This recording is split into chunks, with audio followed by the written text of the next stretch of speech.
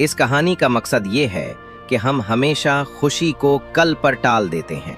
हम कहते हैं जब पढ़ाई मुकम्मल होगी तो खुश होंगे, जब नौकरी मिलेगी तो खुश होंगे, जब पैसा आएगा तो जिंदगी जिएंगे। मगर सच ये है कि वो कल कभी नहीं आता। छोटे से गांव में एक नौजवान लड़का रहता था जिसका नाम रेहान था। रेहान की उम्र 20 साल के करीब थी और उसकी आंखों में कई ख्वाब छपे हुए थे, मगर उन ख्वाबों पर एक धुंध छाई हुई थी, मायूसी, उलझन और बेयकीनी की धुंध। रेहान हर रोज सुबह उदास चेहरे के साथ जागता, दिल में 100 तरह की फिक्रें लिए, कभी घर के हालात का बोझ, कभी पढ़ाई का दबाव, कभी नौकरी का फिक्र और कभी अपने माँ बाप की उम्मीदों का बोझ। जिंदगी जैसे उसके कंधों पर एक पहाड़ रख चुकी थी और वो उसे रोज घसीटता चला जा रहा था। एक दिन जब उसका दिल हद से ज्यादा भर आया, वो अपने उस्ताद बाबा यूनुस के पास गया। बाबा यूनुस गांव के एक समझदार, सादा मगर बहुत अक्लमंद बुजुर्ग थे, जिन्हें सब अपनी परेशानियां सुनाया करते थे। रेहान ने सारा दिल खोल कर रख दिया। उसने कहा, बाबा मुझे कुछ समझ नहीं आ रहा, मैं जितना आगे बढ़ना चाहता हूं उतना ही उलझता चला जा रहा हूं, लगता है जैसे खुशी मेरे नसीब में ही नहीं। बाबा यूनुस ने तहम्मुल से सुना, फिर मुस्कुरा कर कहा, कल सुबह सूरज निकलने से पहले मेरे साथ नदी के पास आओ, मैं तुम्हें कुछ दिखाना चाहता हूं। रेहान हैरान हुआ मगर वादा कर लिया। अगली सुबह जब पूरा गांव अभी नींद में था, रेहान चुपचाप नदी के किनारे पहुंचा। वहां बाबा यूनुस पहले से मौजूद थे, हाथ में एक छिड़ी और चेहरे पर सुकून की मुस्कुराहट। रेहान ने कहा, बाबा अब बताइए आप मुझे यहाँ क्यों लाए हैं?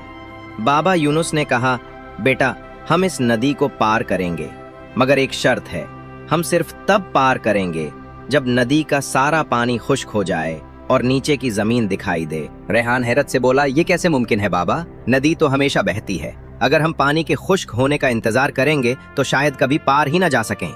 बाबा यूनुस ने गहरी सांस ली और धीरे से बोले, बेटा यही तो जिंदगी है।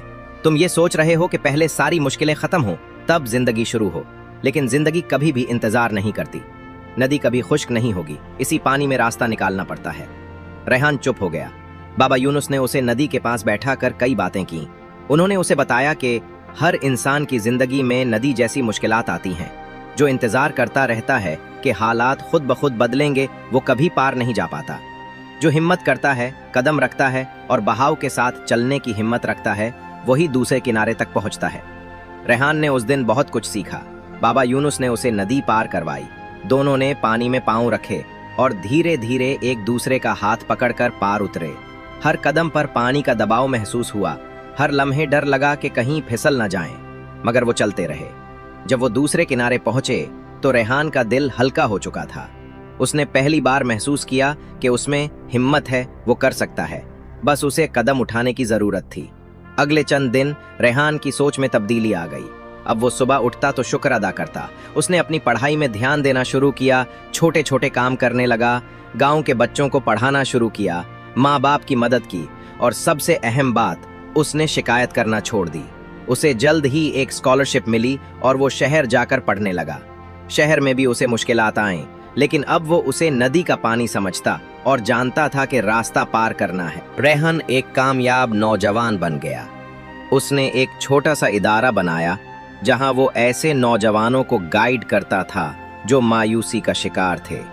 उसकी एक बात हमेशा याद रखी जाती, जिंदगी एक नदी है और खुशी दूसरे किनारे नहीं बल्कि इसी बहाव में है। अगर तुम रुक गए तो कुछ नहीं मिलेगा, अगर तुम चले तो हर कदम खुशी बन जाएगा। इस कहानी का मकसद ये है कि हम हमेशा खुशी को कल पर टाल देते हैं। हम कहते हैं जब पढ़ाई मुकम्मल होगी तो खुश होंगे, जब नौकरी मिलेगी तो खुश होंगे, जब पैसा आएगा तो जिंदगी जिएंगे। मगर सच ये है कि वो कल कभी नहीं आता। असल खुशी उसी लम्हे में है जिसे हम जीते हैं। जब हम हर दिन का इस्तेकबाल शुक्र से करें, हर मुश्किल को नदी का पानी समझें और हर कदम उठाएं, तो जिंदगी बदलने लगती है। इन जो